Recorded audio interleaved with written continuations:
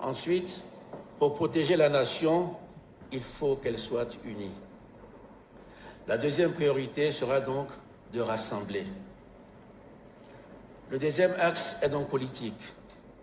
La République parlementaire que nous avons fondée doit être une République d'équité.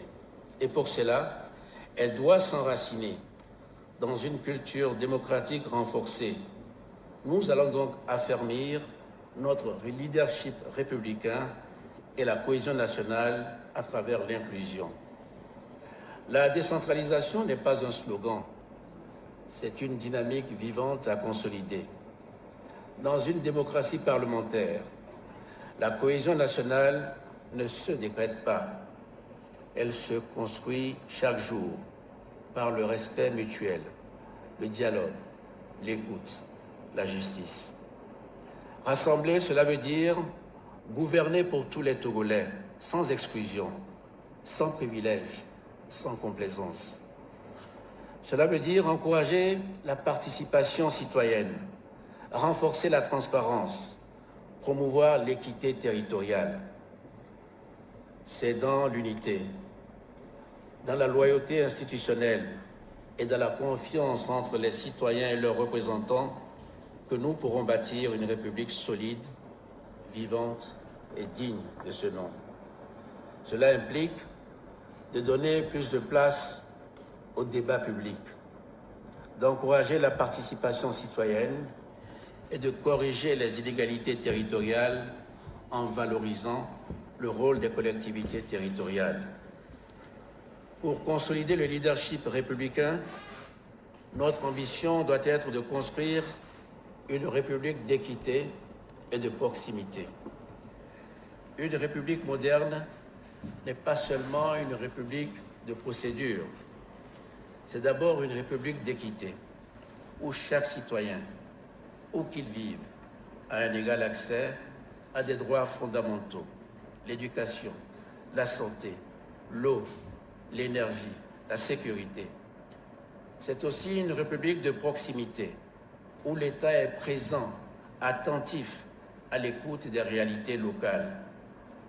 C'est cet idéal que nous poursuivons avec la décentralisation, en renforçant les moyens d'action des collectivités, en soutenant l'investissement local et en rapprochant la décision publique du terrain.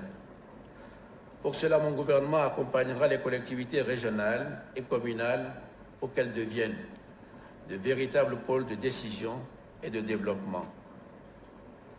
Une république d'équité, c'est aussi une république qui sait reconnaître la diversité des territoires, mais refuse l'inégalité des chances. C'est pourquoi le gouvernement veillera à ce que chaque projet national tienne compte des déséquilibres territoriaux pour les corriger.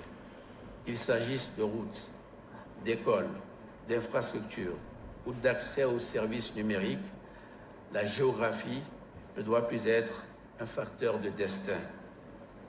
L'État ne peut pas tout faire de Lomé. Il doit faire confiance aux acteurs locaux, les soutenir, les accompagner.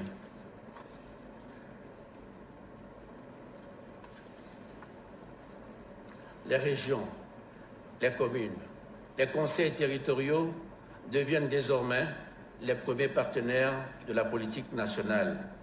Ce n'est plus seulement depuis l'exécutif que les politiques publiques seront définies. Ce sont vos territoires, vos électeurs, vos propositions qui doivent nourrir l'action de l'État.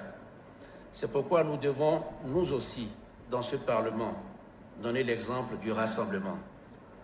Rassembler, cela veut dire aussi dépasser les clivages politiques. Dans une république parlementaire, l'opposition est une voix nécessaire, une vigie utile, une force de proposition que nous devons entendre. La démocratie ne s'accommode pas du monologue, elle s'enrichit du débat. Mon gouvernement tendra donc la main à toutes les forces représentées dans cette Assemblée et au Sénat, car c'est dans la diversité des opinions que nous construirons des politiques plus justes, plus efficaces, plus légitimes.